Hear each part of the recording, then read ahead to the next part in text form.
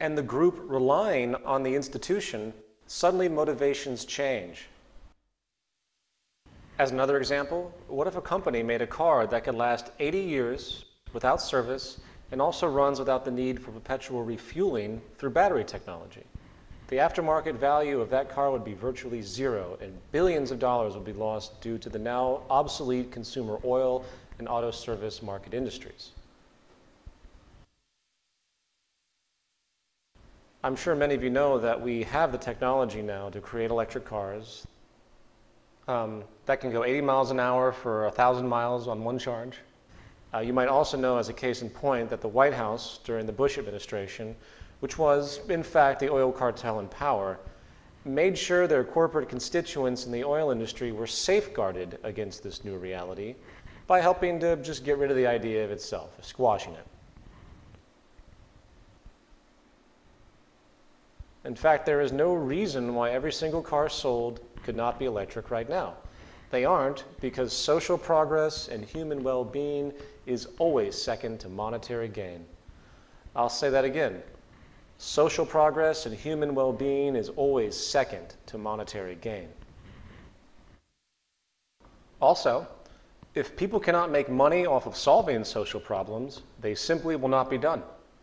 Take a look at the horrid, dire destitution in Africa, or simply the rampant and growing homelessness across the world. I think George Carlin actually put it best. Have you ever noticed that the only metaphor we have in our public discourse for solving problems is to declare war on it? We have the war on crime, the war on cancer, the war on drugs. But did you ever notice that we have no war on homelessness? You know why? Because there's no money in that problem. No money to be made off of the homeless. If you can find a solution to homelessness where the corporations and politicians can make a few $1 million each, you will see the streets of America begin to clear up pretty damn quick. Most, when they think about these kinds of things, the word corruption comes to mind. Most feel that these are ethical issues. But is it really corrupt for an energy establishment to want to limit supply artificially so they can make money? Is it really corrupt for a company to seek indifferent self-preservation at the expense of social progress? Actually, no, it isn't.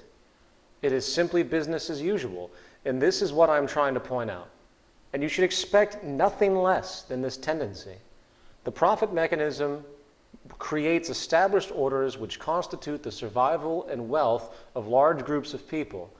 The fact is, no matter how socially beneficial new advents may be, they will be viewed in hostility if they threaten an established, financially driven institution.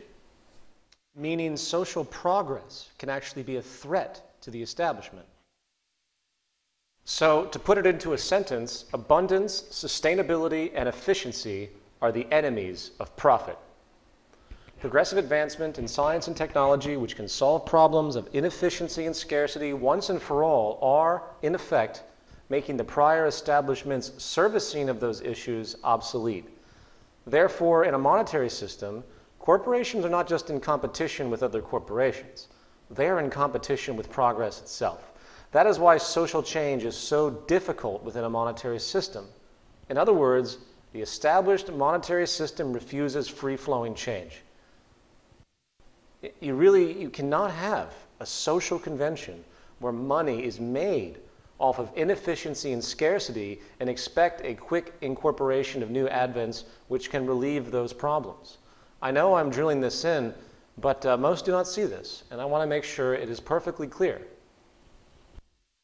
Now, I don't want to spend too much time on the monetary system because, as I mentioned, it was the focus of a prior presentation. However, I would like to quickly point out two important issues. The first is the economic reality that the entire global economic system is based on what I call cyclical consumption. The only way the system can work is if money is perpetually circulating. Money must be continuously transferred from one party to another in order to sustain so-called economic growth.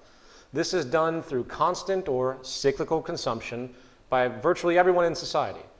Jobs are entirely contingent upon demand for production in some form. If there was no demand for goods and services, then there would be no demand for labor, and financial circulation would hence stop. What this translates into, again, is that inefficiency equals profit. The entire system demands problems for it to work. This is not only paralyzing, as we have discussed, but it also creates outrageous amounts of resource waste, irrelevancy, and extremity. The second point I would like to make on this issue, which is much more broad, has to do with the holistic nature of the monetary game in historical practice and the fundamental intent. All societies today, whether termed capitalist or socialist or even communist, are fundamentally based on money. Money is the enabler of possibility within the system itself. Free market capitalism, as it is often called, is now the dominant economic religion of the day. I say religion because when it comes to the cultural perception of this methodology, few today seem to have the ability to even ponder any other options for social operation. They are fully indoctrinated.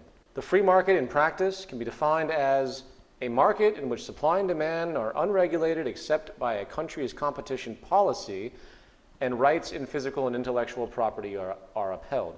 You'll notice it says unregulated except by the country's competition policy. In other words, there is no such thing as a pure free market. And I know most of us know this, but I want to make the point, for nor could there ever be such a thing as a pure free market without the system despotically self-destructing beyond repair. Why? Because the basis of the free market pursuit, meaning the self-interest-based pursuit and strategic acquisition of market share, the gaming strategy, can only lead to monopolies and cartels. That is the basis of the entire motivation. And it's funny how economists today will deny that up and down.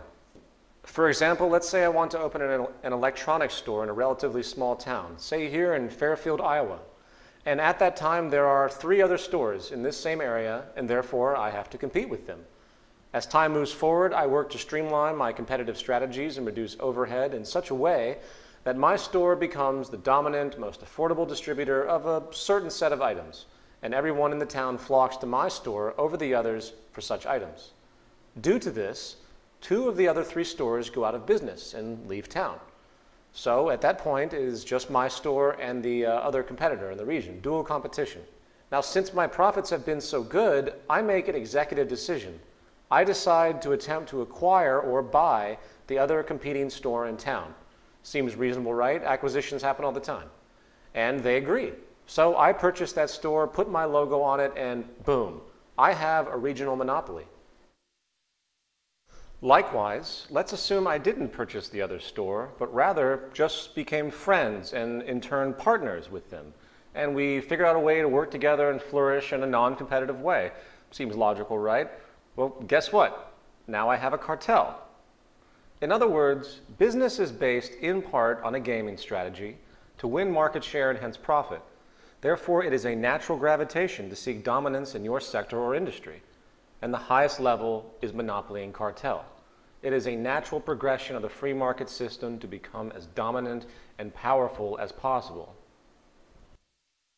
But it doesn't stop there, and I'm sure most in this room understand the practice of congressional lobbying by corporations, considered absolutely normal. Well, what is financial lobbying? Lobbying is the prostitution of the state to grant further powers or positions of ease to corporate industries. In other words, if you pay off a few congressmen to support your company's agenda, then you have further secured your position economically. The same thing goes for campaign contributions. Now, people say that's corruption. No, it's not. It's the free market at work. What else do you expect? There is no such thing as an objective government in a monetary system. It is impossible. The whole society is based on money and income, so why do you think any lines would ever be drawn and respected? We see this BS ethic argument all day long, and guess what? It has never worked. It never will work. Influence and hence corruption is a natural byproduct of our system. It should be expected. In fact, let's take this train of thought even further. Throughout history, there has been one empire after another, each working to secure global land and resource domination. The central reason for war is for resources, profit, empire power and trade monopolies. Governments are fundamentally no different in function than corporations.